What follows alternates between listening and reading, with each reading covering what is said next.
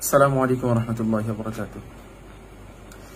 বাংলাদেশের কওমি মাদ্রাসার সাথে আমার সম্পর্কটা একেবারে নারীর সম্পর্ক। আমি যেটা বলি সেটি হচ্ছে যে এই শিক্ষা ব্যবস্থায় এবং বা এই মাদ্রাসা ব্যবস্থাতেই আমার নারীপতা, আমার আত্মার সাথে সম্পর্ক এই মাদ্রাসা ব্যবস্থার সাথে। আপনারা অনেকে যেটি জানেন সেটি হচ্ছে যে আমি তারিকুল ইসলাম, বৈষম্য বিরোধী ছাত্র আন্দোলনের একজন সমন্বয়ক। কিন্তু আমি আজকে একজন ঠিক ঢাকা বিশ্ববিদ্যালয়ের শিক্ষার্থী এবং বৈষম্য বিরোধী ছাত্র আন্দোলনের একজন সমন্বয়ক হিসেবে আপনাদের সামনে আসিনি। আমি এসেছি একজন কওমি সন্তান এবং চলমান বৈষম্য বিরোধী ছাত্র আন্দোলনের একজন সমন্বয়ক হিসেবে। আমি মনে করি বাংলাদেশের এই বিশাল জনগোষ্ঠী, যারা তাদেরকে আমি মনে করি সত্য ন্যায়ের পথিক, এই কওমি মাদ্রাসার যে বিশাল জনগোষ্ঠী, আমি তাদের প্রতিনিধিত্ব করি এবং আমি গর্বিত যে আমি তাদের হয়ে এই বৈষম্য বিরোধী ছাত্র আন্দোলনে আমি প্রতিনিধিত্ব করতে পারছি। তো সেই জায়গা থেকে একজন পরিবারের সদস্য হয়ে পরিবারের অন্য সদস্যের প্রতি আমার কিছু কথা যেটি বলার জন্য আমি এসেছি, সেটি হচ্ছে যে আমরা যেই জিহাদে আছি, আমি এটাকে জিহাদ বলছি কারণ এটি অবশ্যই জালেমের বিরুদ্ধে তার জুলুমের অবসান ঘটানোর নিমিত্তে আমাদের একটি জিহাদ।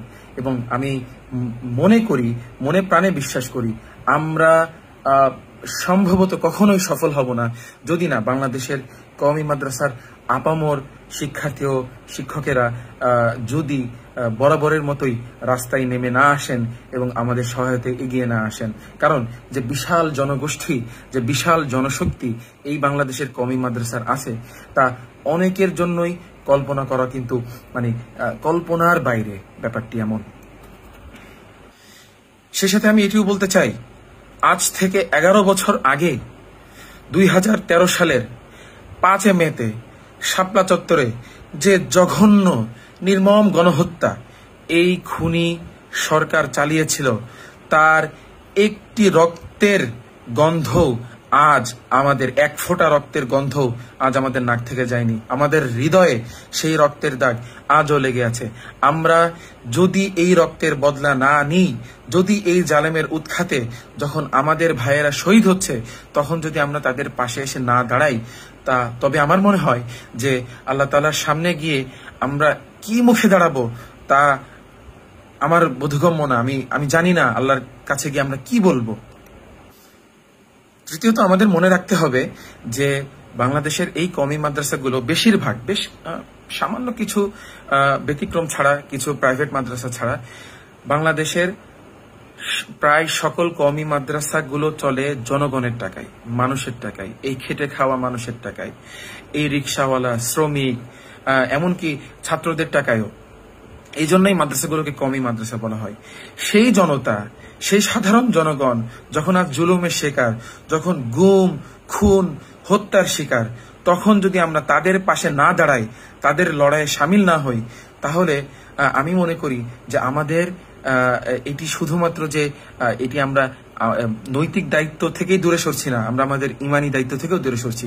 তবে সুখের কথা হলো, আলহামদুলিল্লাহ, অলরেডি আমরা দেখেছি আজকে আমাদের যাত্রাবাড়ি মাদ্রাসা, ফরিদাবাদ মাদ্রাসা থেকে শুরু করে হাটাজারি, পটিয়া সহ বাংলাদেশের বিভিন্ন জায়গায় আপামর কওমি জনতা রাস্তায় নেমে এসেছেন, আমাদের লড়াইয়ে সামিল হয়েছেন। আলহামদুলিল্লাহ, আমরা বিজয়ের সুঘ্রাণ পাচ্ছি এবং আমরা দাবি করছি, আমি একজন কওমি সন্তান হয়ে আপনাদের কাছে দাবি করছি যে আমার প্রিয় আসাতিদায়ে কিরাম, আমার প্রিয় তলাবায়ে কিরাম, আপনারা 10 গুণ শক্তি নিয়ে নেমে আসুন। আমাদের এই যে লং মার্চ কর্মসূচি, আপনারা এটাকে সফল করতে এগিয়ে আসুন। আপনারা দলে দলে ঢাকায় চলে আসুন। এবং আমি সবচেয়ে গুরুত্ব দিয়ে যেই দাবিটা রাখতে এসেছি, বিশেষ করে আমাদের ঢাকা শহরে অবস্থিত যে কওমি মাদ্রাসাগুলো আছে, সেই মাদ্রাসাগুলোর কাছে যে আপনারা বরাবরের মতোই আপনাদের জিয়াফতের দরজাটা খুলে দিন। ঢাকা শহরে আগত, সারা বাংলাদেশ থেকে আগত এই জনগোষ্ঠীকে, এই জনতাকে, কওমি মাদ্রাসার শিক্ষক শিক্ষার্থী হোক বা সাধারণ জনতা, আপনারা তাদেরকে মেহমান হিসাবে কবুল করে নিন।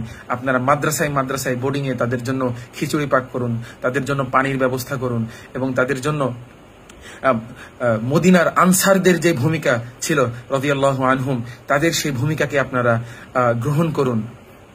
ইনশাল্লাহ বিজয় অতি সুনিকটে, ইনশাল্লাহ বিজয় সুনিশ্চিত। নাসরুম মিনাল্লাহি ওয়া ফাতহুন করিব ওয়া বাশশিরিল মুমিনিন। আসসালামু আলাইকুম ওয়া রাহমাতুল্লাহি ওয়া বারাকাতুহু।